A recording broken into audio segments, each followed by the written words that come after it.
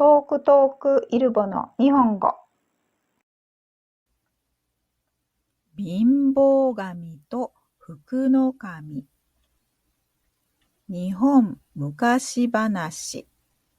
昔々ある村にとても貧乏な男が住んでいました。働き者の男ですが、いくら働いても暮らしはちっとも楽になりません。それは男の家には貧乏神が住み着いていたからです。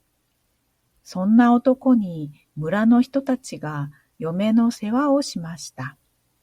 この嫁は美人な上に働き者で朝から晩まで働きます。いい嫁子だ。よし、わしも頑張るぞ。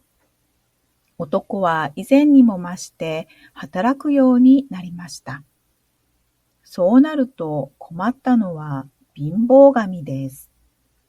なんとまあよう働く夫婦じゃ。これではここに居づらくなってきたのう。わしゃどうすればいいんじゃろう。とだんだん元気がなくなってきてしまいました。それから何年か経ったある年の大晦日の日、男の家ではわずかながらもごちそうを用意してゆっくりと正月を迎えようとしていたとき、ウェーンウェーン、天井裏から泣き声が聞こえてきます。おや、誰じゃろう。男が見に行くと、なんとも汚い身なりのおじいさんが一人、声を張り上げて泣いていました。あんたは一体誰かね。わしか、わしゃ貧乏神じゃ。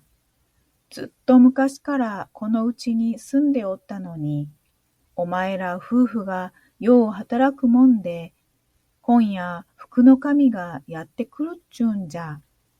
そしたらわしは出ていかんとならんのだ。ウェーンウェーン。男は自分の家の守り神が貧乏神と聞いて少しがっかりしましたが、それでも神様は神様です。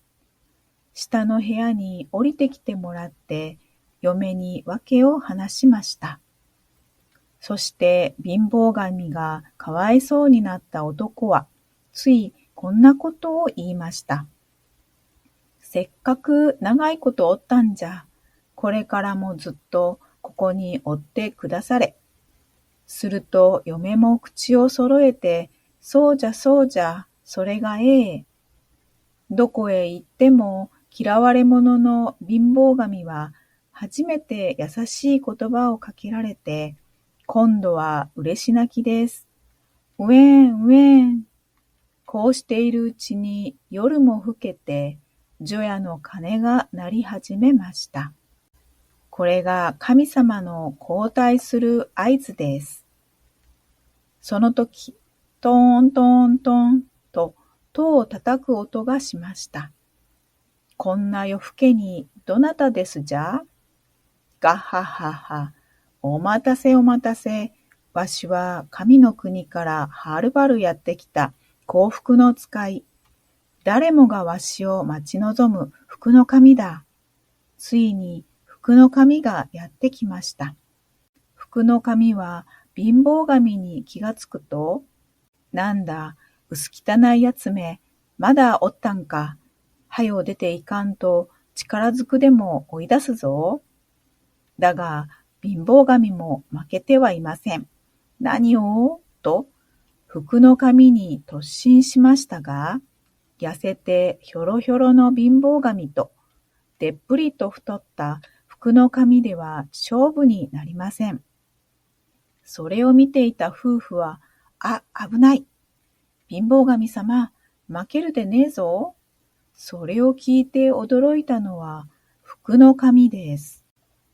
なんで貧乏神を応援するんじゃ？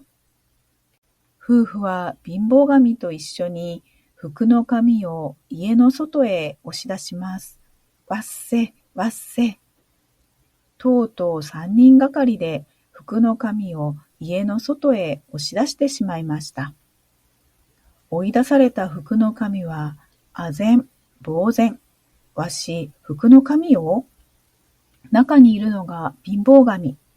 貧乏神は嫌われて、福の神は大切にされるはずなのに、これは一体どういうことだ？首をひねりながら、すごすごと引き上げていきました。やったやった。次の日はめでたいお正月です。貧乏神も一緒にお正月のお祝いをしました。それからというもの、貧乏神のせいで、この家はあまりお金持ちにはなりませんでしたが、それでも元気で幸せに暮らしたということです。おしまい。最後まで視聴してくださりありがとうございました。日本語の勉強に少しでも役に立ったなら、いいね、チャンネル登録よろしくお願いします。